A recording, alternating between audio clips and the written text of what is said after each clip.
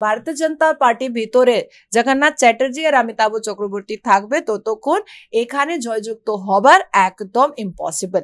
যারা ভগবান রামকে কাল্পনিক বলতো আজকে রাম রাম করতে হচ্ছে। যদি বিজেপি হিন্দু মুসলিম রাজনীতি করতো তাহলে মমতা বন্দ্যোপাধ্যায় কেন বললো कि अल्लाह कभी माफ नहीं करेगा अगर बीजेपी को वोट दिया? আমাদের প্রধানমন্ত্রী আপনার জাত ধর্ম জিজ্ঞেস করেছে? কখনো করেনি। সংবিধানে আর্টিকেল 25 এ আছে ফ্রিডম অফ রিলিজন, সেটা তৌকির আর all India Muslim personal law board ভেবে নিয়েছে ফ্রিডম অফ কনভার্সন। এই ধরনের দুটো পাতা শরিয়া কানুন আছে, যা তার ভিতরে লেখা আছে যে যত মুসলমান ভারতে থাকবে সেটাকে শরিয়া ভিতরে চলতে হবে। মুসলমান মহিলাকে যা ওরা মুঠের ভিতরে রাখতো সেটা একদম ধীরে ধীরে আস্তে আস্তে ধীরে ধীরে করে শেষ হয়ে যাচ্ছে। ফ্রান্স কোর্টের জাজ শুধু একটা জিনিস জিজ্ঞেস করলো कि কোরআনে কোথায় লেখা আছে হিজাব, সেটা দেখিয়ে দিন, দেখাতে পারলো না। All India Muslim personal law board proof করতে পারলো না that hijab is an essential part of Islam. একটা কেস দেখান তো জিতে গেছে, একটাও কেস জিতে না। আবারও ঝুলে গেল 26,000 চাকরি। সুপ্রিম কোর্ট থেকে এসএসসি কে বারবার বলা হচ্ছে যোগ্য অযোগ্যের তালিকা দিতে, কেন? কিন্তু প্রশ্ন এখানে আছে যে রাজ্য সরকার থেকে কেন এসএসসি কে চাপ দেওয়া হচ্ছে না এই বিষয় নিয়ে? রাজ্য সরকার দুটো জিনিসে ব্যস্ত আছে। একটা জিনিস আছে আম্বানি বিয়ে বাড়িটা ভিজিট করা, আর তাকেই গালাগাল দেবেন আমাদের প্রিয় মুখ্যমন্ত্রী, আর ওখানে গিয়ে ওর ভাত খাবেন, ওর বিরিয়ানি খাবেন, আর টং টং টং টং করে উনি হাঁটবেন ওখানে। আর যখন উদ্ধব ঠাকরে পাশে বসে যখন মিডিয়া উত্তর করবে তাহলে উনি জবাব দেবেন না। আর দ্বিতীয় উনি ব্যস্ত আছেন এই রাজ্যকে, পশ্চিমবঙ্গকে শরিয়া আইন ইম্পোজ আর ইমপ্লিমেন্ট করতে। আমরা দেখেছি, একটু পিছনে চলে যান, হামিদুল রহমান কি বলেছে চোপড়াতে যা হলো, कि হ্যাঁ শরিয়া আইন যেখানে চলে তা ওইখানে তো এটা হয়। তারপর ফিরহাদ বাবু 3 জুলাইতে একটা কোরআনিক প্রতিযোগিতাতে উনি বলে দিলেন कि যারা আপনারা হিন্দু আছেন আপনারা দুর্ভাগ্য, আর আমি মুসলমান আছি তার জন্য আমি সৌভাগ্য। উনি কনভার্সনকে মান্যতা দিলেন, উনি কনভার্সনকে প্রভোকেশন দিলেন। তার জন্য এই সব জিনিসে ব্যস্ত আছে রাজ্য সরকার। 26,000 লোকজন যা মাঠে বসে আছে 2 বছর থেকে, প্রায় 2 বছর থেকে 26,000 লোকজন যা চোখে জল নিয়ে বসে আছে, 26,000 লোকজন যা নিজের ক্যারিয়ারটা ডেভাস্টেট আর রুইন নিজের চোখের সামনে দেখছে, 26,000 লোকজন যা পেটের ভাত আর মাথায় ছতের বিনা যা বসে আছেন, 26,000 লোকজন যা বৃষ্টি রোদ শীতকাল যা মাঠের উপরে করছে, 26,000 লোকজন যা নিজের বাড়ি ছাড়া বসে আছে, তাদের আবেগটা আমাদের প্রিয় মুখ্যমন্ত্রী গায়ে লাগছে না। উনি দেখতে পাচ্ছেন না ওর আবেগের ভ্যালিউ মুখ্যমন্ত্রী বুকে একদমই নেই। তার জন্য এসএসসি মামলাটা শুধু উনি টাইম কিলিং করছেন, সময় নিয়ে নিয়ে টাইম কিলিং করছেন। কিন্তু কোথাও যে যদি রাজ্যের, যেহেতু এসএসসি তো রাজ্যের মধ্যেই পড়ছে, তাহলে যদি রাজ্যের মুখ্যমন্ত্রী সেখানে এসএসসি কে চাপ দেওয়া হয় যে যোগ্য অযোগ্যের তালিকাটা পেশ করতে, কারণ দুর্নীতি হয়েছে আগেই সুপ্রিম কোর্ট সেটা বলে দিয়েছে, তাহলে কি কেসটা অনেক আগে শেষ হয়ে যেত না?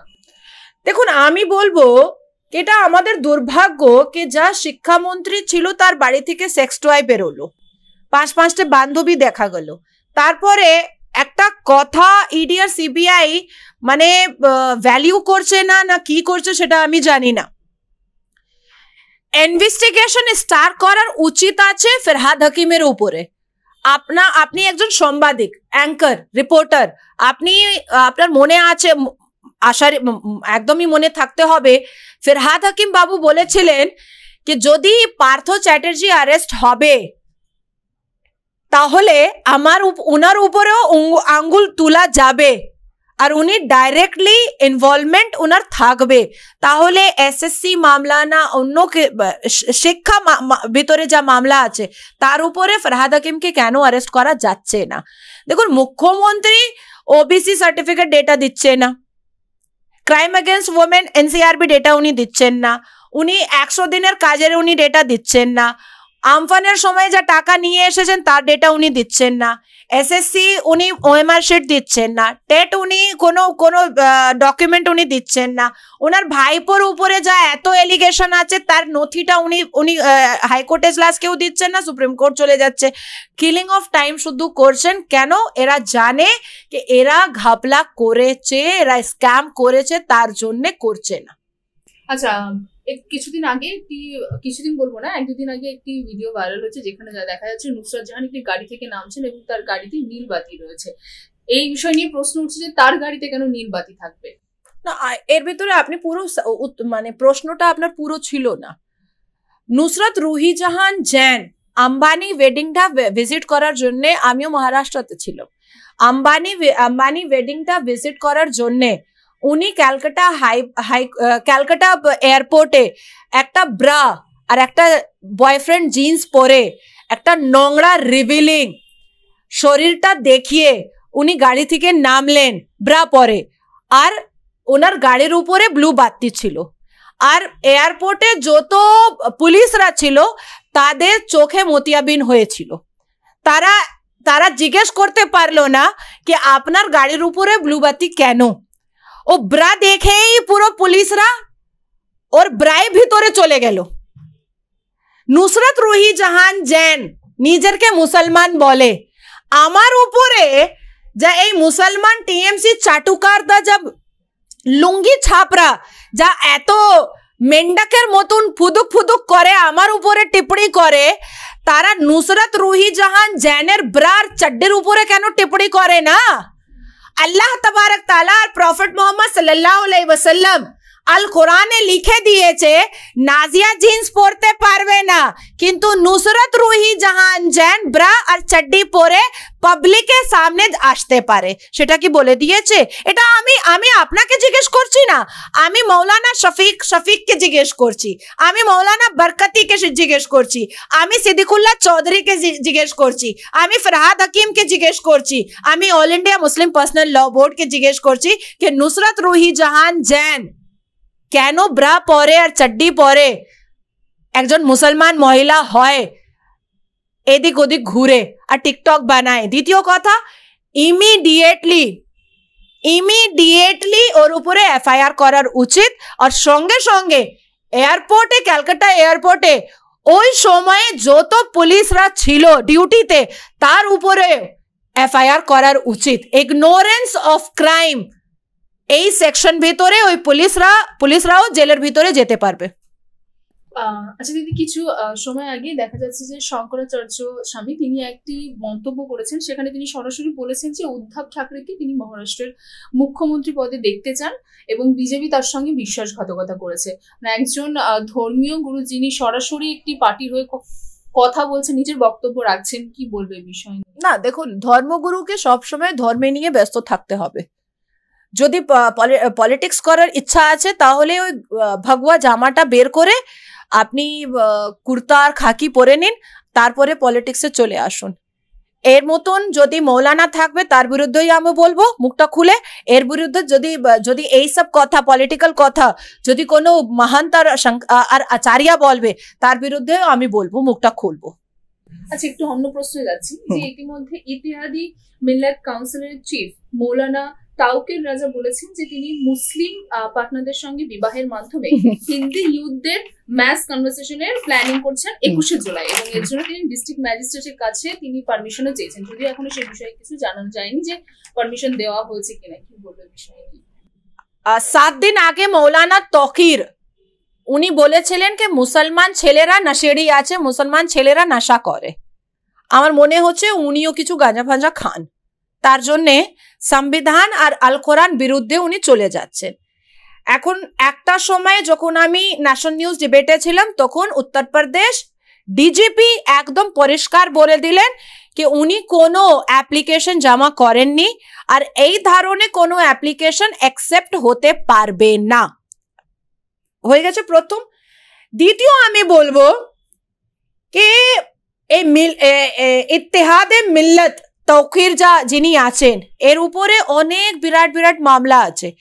2024 এপ্রিল মাসে ইনি যখন অ্যাবসকন্ডেড ছিলেন আর আদালত মাধ্যমে এনার উপরে একটা অ্যারেস্ট ওয়ারেন্ট ইস্যু হয়েছিল, তাহলে ইনি অ্যাবসকন্ডেড হয়েছিলেন। তারপরে ইনি এপ্রিল মাসে 2024-এ ইনি সুপ্রিম কোর্ট থেকে বেল পেয়েছেন। তা ওই বেলটা অ্যাড এন্ট্রিম বেল কিন্তু আছে। আমাদের সংবিধানে আর্টিকেল 25-এ আছে ফ্রিডম অফ রিলিজন, সেটা তৌকির আর all India Muslim personal law board ভেবে নিয়েছে ফ্রিডম অফ কনভার্সন। ঠিক আছে, আর্টিকেল 25 সংবিধান বলছে ফ্রিডম অফ রিলিজন, আপনি আপনার রিলিজনটা আপনি পালন করুন, আমি আমার রিলিজনটা পালন করব, কিন্তু কারাও কাউকে ফোর্সিবলি কনভার্সন করাতে পারবে না।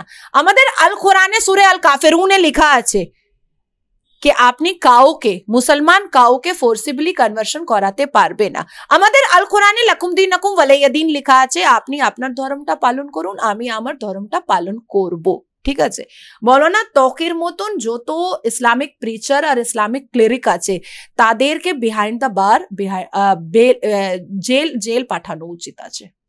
আচ্ছা, এই অল ইন্ডিয়া মুসলিম পার্সন ল তার কাছ থেকে ইতিমধ্যে সুপ্রিম কোর্টেও তারা একটা সুপ্রিম কোর্টের রায়কে চ্যালেঞ্জ করেছে, যেখানে বলা হয়েছিল যে তালাকপ্রাপ্ত মুসলিম মহিলা তাদের প্রাক্তন স্বামীর কাছ থেকে ঘরপোষের দাবি করতে পারবে যে সিআরপিসির 125 ধারা অনুযায়ী। এই বিষয়ে কি বলবেন?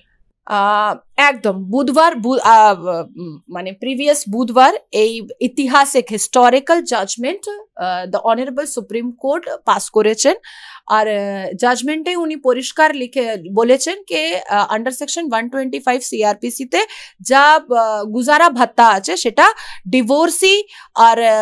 ডিভোর্সি মহিলা যা মুসলমান আছে তারা নিতে পারে। এখন বিএনএসএস যা নতুন আইন এসেছে তার আন্ডার সেকশন 144 হচ্ছে।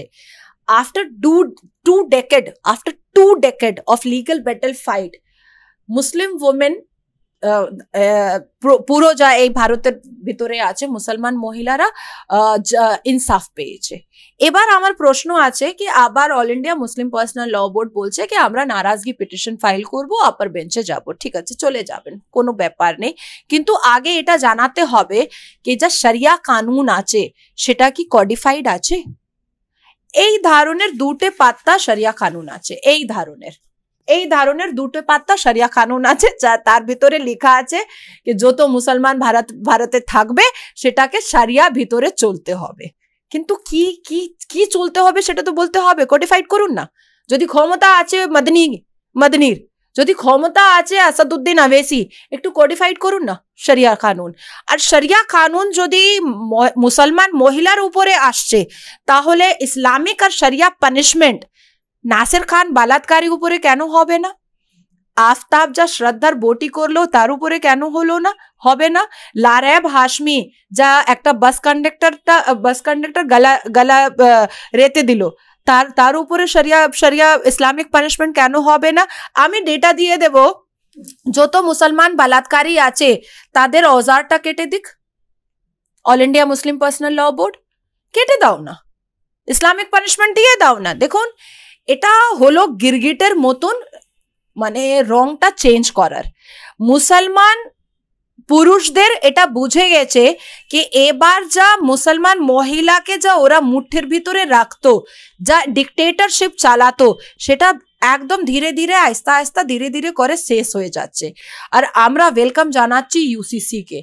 3 তালাক 2017-তে আমার পিটিশন উপরে ব্যান হয়েছিল, 2019-এ চিফ জাস্টিস বেঞ্চে, কনস্টিটিউশনাল বেঞ্চে আমার পলিগেমি হালারা চলছে, এখনো চলছে, হিয়ারিং চলছে, ওটাও ব্যান হবে। আর ওর জাজমেন্ট আগে আমার মনে হচ্ছে ইউসিসি ইউনিফর্ম সিভিল কোড চলে আসবে, তারপরে আপনি দেখবেন all India Muslim personal law board যা ইলিগাল কারোবার চালাচ্ছে, এই all India personal law board দোকানটা খুলে তার উপরে তালা আমরা মুসলমান মহিলারা লাগাবো। কিন্তু দিদি, all India personal law board উত্তরাখণ্ডে যে ইউসিসি চালু করা হচ্ছে সেই বিষয় নিয়ে তো তারা সুপ্রিম কোর্টের দ্বারস্থ হচ্ছে বলছেন। সুপ্রিম কোর্টে 3 তালাক ব্যানের উপরে প্রায় 100 থেকে উপরে এরা পিটিশন সাবমিট করেছিল all India Muslim personal law board. জিতে গেল কি? জিততে পারলো না। 1971 থেকে 2024 পর্যন্ত hijab is an essential part of Islam বলছে all India Muslim personal law board. জিততে পারলো কি? একটাও পিটিশন জিততে পারলো কি? আমার পাশে জাজমেন্ট আছে, ফ্রান্সে 18 মুসলমান মহিলাকে নিয়ে মুসলমান ক্লিরিক ফ্রান্স কোর্টে গিয়েছিল যে হিজাব is an essential part of Islam. France কোর্টের জজ শুধু একটা জিনিস জিজ্ঞেস করলো যে কোরআনে কোথায় লেখা আছে হিজাব, সেটা দেখিয়ে দিন, দেখাতে পারলো না। সেম মহারাষ্ট্র হাইকোর্ট, প্রুফ করতে পারলো না all India Muslim personal law board. সর্বোচ্চ ন্যায়পালিকা supreme court, all India Muslim personal law board proof করতে পারলো না that hijab is an essential part of Islam. এবার আপনি চলে আসুন জ্ঞানবাপী, করতে পারলো all India Muslim personal law board proof. এবার আপনি চলে আসুন Ram Mandir, all India Muslim personal law board proof করতে পারলো? করতে পারলো না। পলিগেমি হালালা যা আমার পিটিশন আছে 2019 থেকে 2024, 5 সাল হয়ে গেছে, এখন পর্যন্ত শুধু টাইম কিলিং করছে, কিন্তু কোনো এক্সাক্ট অ্যাপ্রোপ্রিয়েট প্রুফ জমা করতে পারছে না। অল ইন্ডিয়া মুসলিম পার্সোনাল ল বোর্ডের পাশে অনেক ইলিগাল পয়সা আছে, তার জন্যে টাইম কিলিং করছে। এদের পাশে সাংবিধানিক আর ইসলামিক কোনো প্রুফ নেই, সবাই কেসটা এরা হারে। একটা কেস দেখান তো জিতে গেছে, একটাও কেস জিতে না।